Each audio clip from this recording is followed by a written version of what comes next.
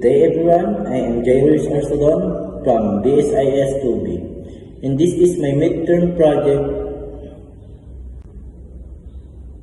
The title of my system is CCS Login System.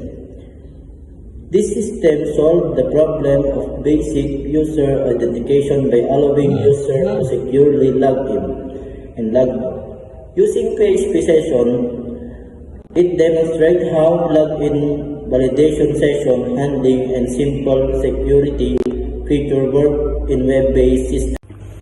System overview. The purpose of this system is to create a simple login identification system using PHP and CSS. The target user are student or user who need secure login access to a system. The main feature include login identification, session handling, error message display, logout functionality, style user interface using CSS. Input validation using required field. System demonstration. While screen recording your system. Now I will demonstrate the system. Homepage login form. This is the login interface. It contains username field, password field, login button. Explain. The form uses the post method to securely send user input to the server. Login validation. Try incorrect login. I will enter an incorrect username and password. System show invalid username or password. The system check if the enter username and password match the fixed credentials. Username CSS student. Password 123. If they do not match, an error message is displayed. Successful login. Enter correct credential. When I enter the correct credential, the system start a session using session_start, close and open parentheses, and store the username in the session underscore variable. Welcome CSS student. You have successfully logged in. This means identification was successful. Click log out.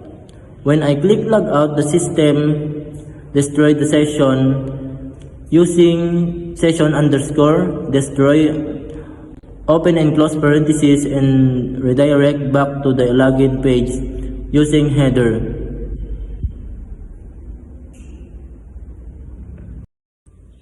Code explanation.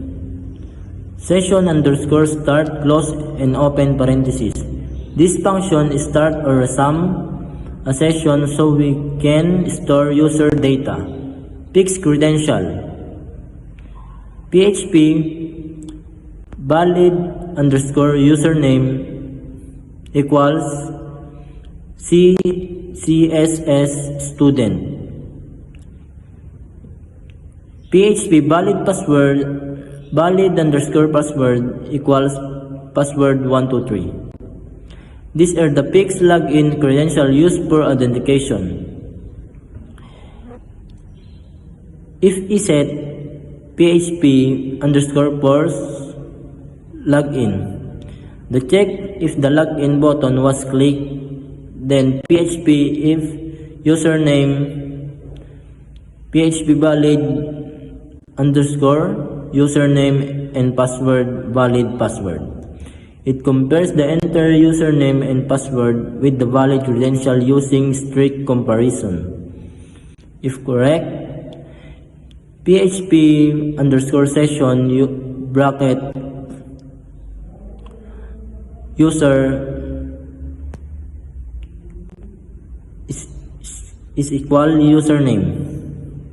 This store the username in the session. If incorrect, PHP error equals invalid username or password. This display an error message. Logout process. PHP if ESET_get logout.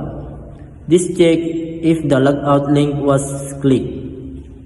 Session destroy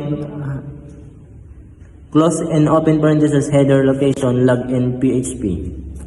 This destroy the session and redirect the user. CSS design. The system uses CSS for styling. CSS design.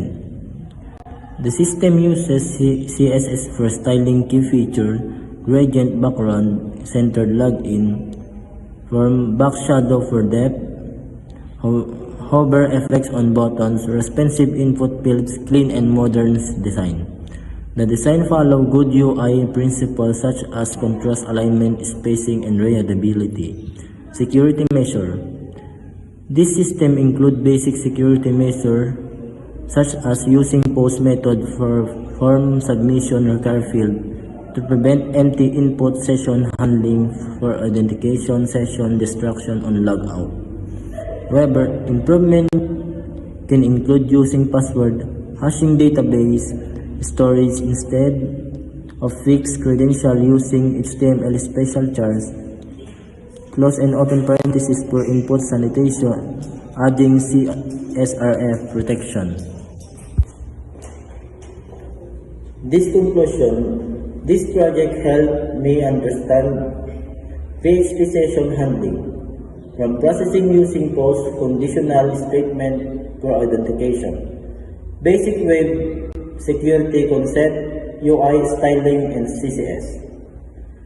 One challenge I encountered was understanding how a session works and how properly redirect after logout.